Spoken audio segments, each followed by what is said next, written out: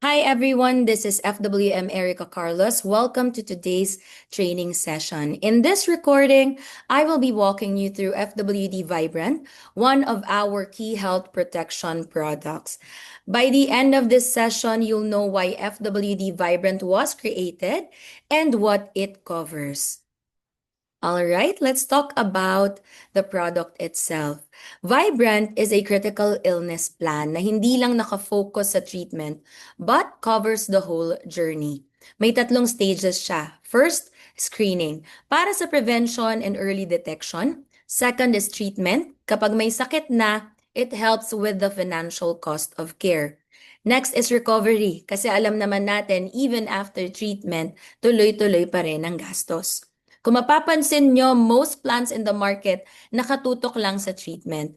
Pero si Vibrant, it gives complete health protection from wellness to recovery. And that's what makes it unique. Vibrant features, health screening benefit and upgraded major critical illness benefit. Ito yung bagong unique feature na kung iko-compara mo sa ibang critical illness plans or products in the market. And health supplement benefit, ito naman din yung bagong feature niya comparing to our existing health products with FWD.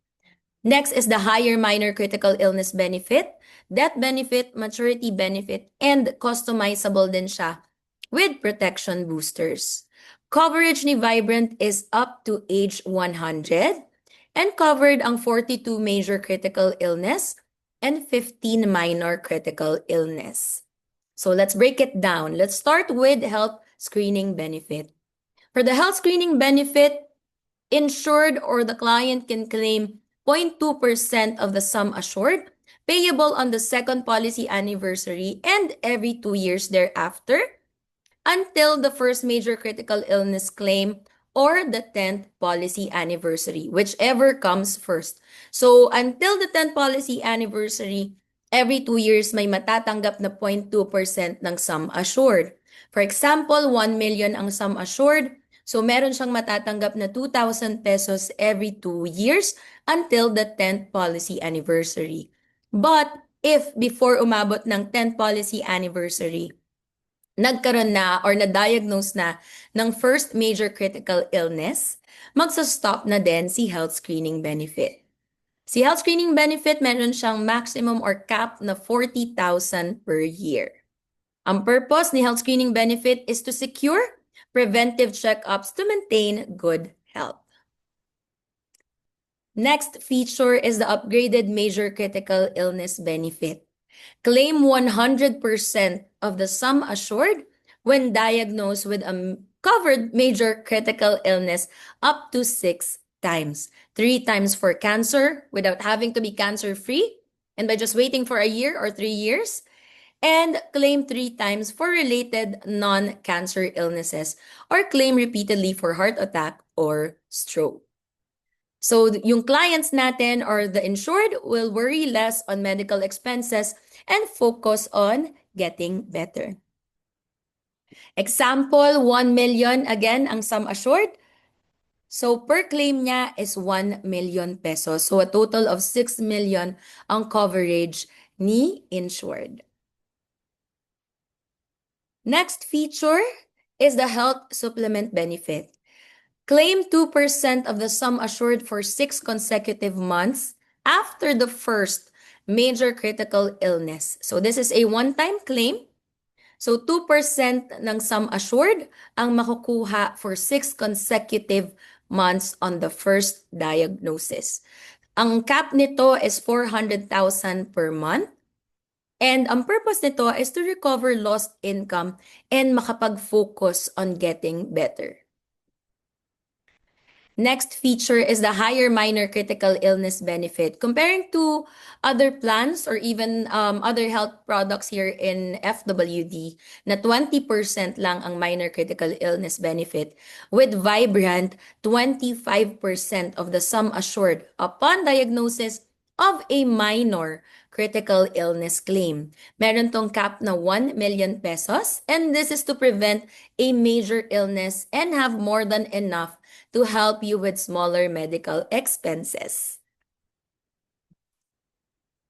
Next feature is the death benefit. Beneficiaries can claim 100% of the sum assured upon death of the insured if no major critical illness benefit has been claimed. So take note, if no major critical illness has been claimed, may death benefit. But if nakapag-claim na ng at least one major critical illness benefit, mawawala na si death benefit.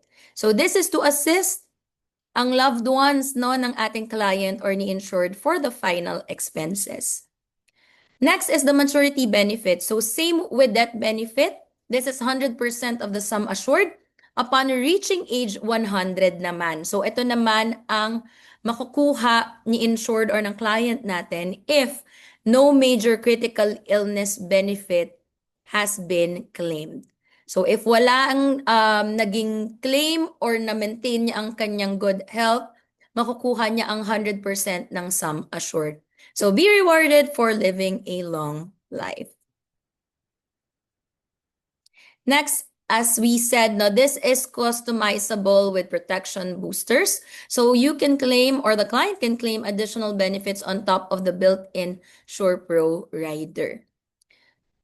Meron ng built-in rider si Vibrant, which is the SurePro. So there's SurePro for insured or SurePro for owner. Ito yung waiver of premiums if in case ma-diagnose ng major critical illness and permanent disability.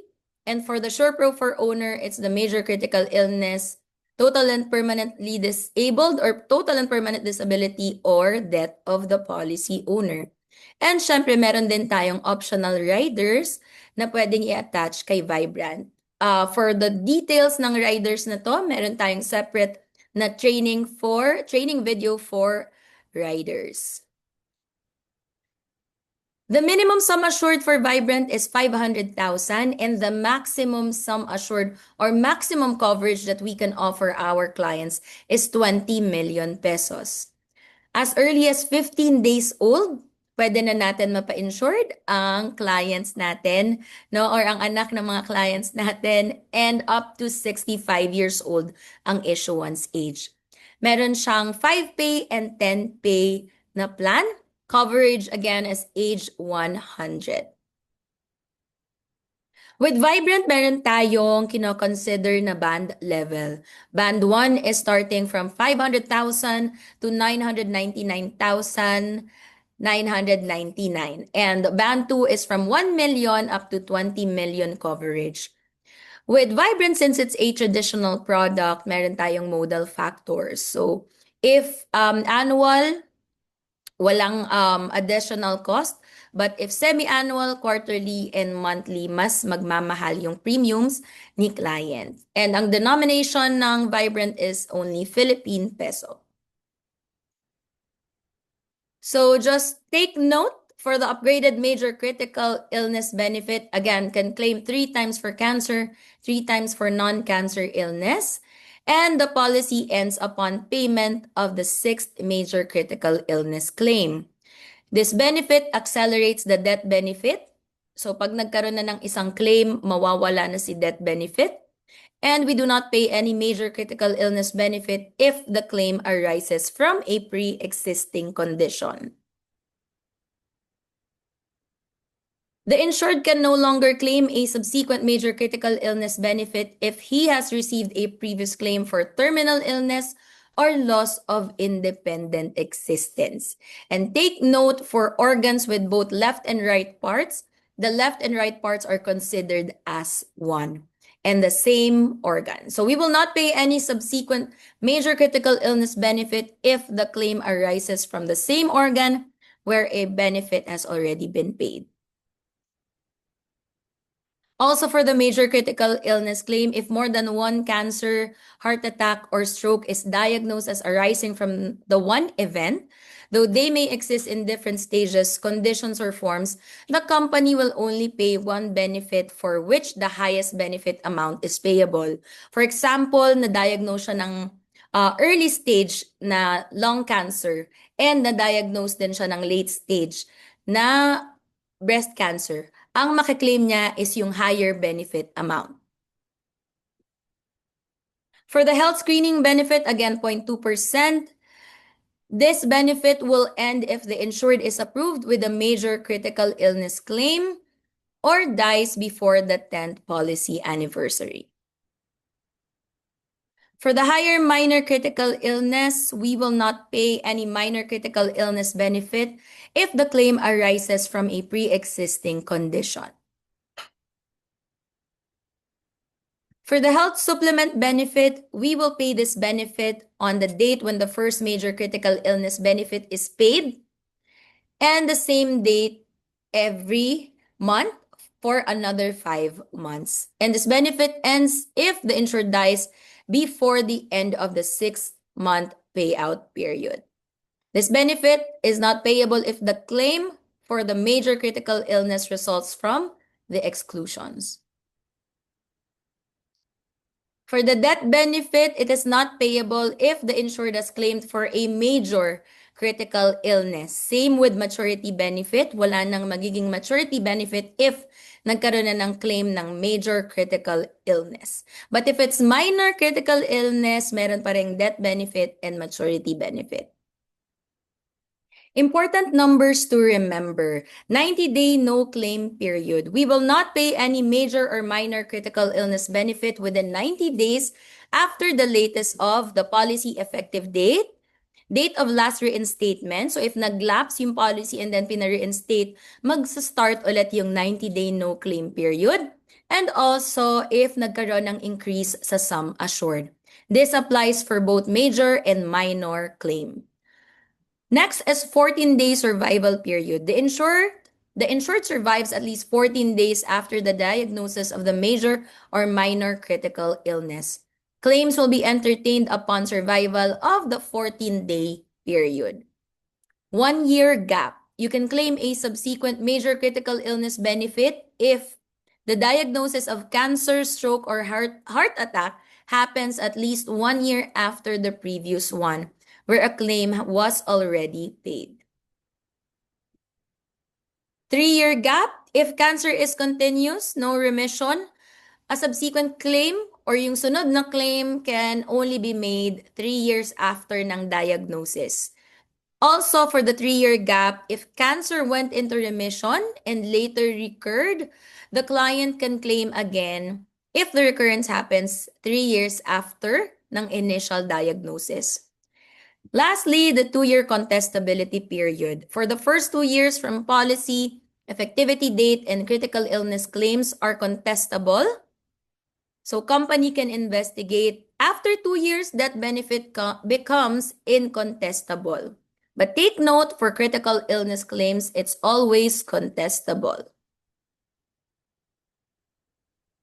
Policy termination. So, kailan ba mag-end ang policy? Pag na-claim na yung maximum number of critical illness benefits, pag na-surrender na or the surrender of the guaranteed cash value, failure to pay the premium within the 31-day grace period, and kung zero yung cash value.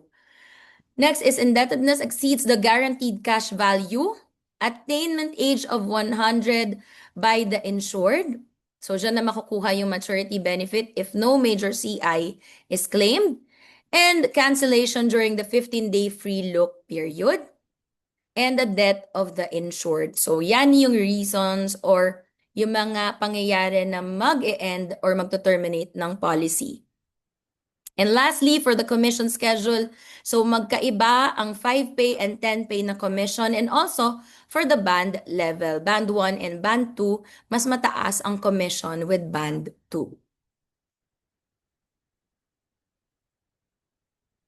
So that is FWD Vibrant. This is FWM Erica Carlos. Thank you so much for joining me.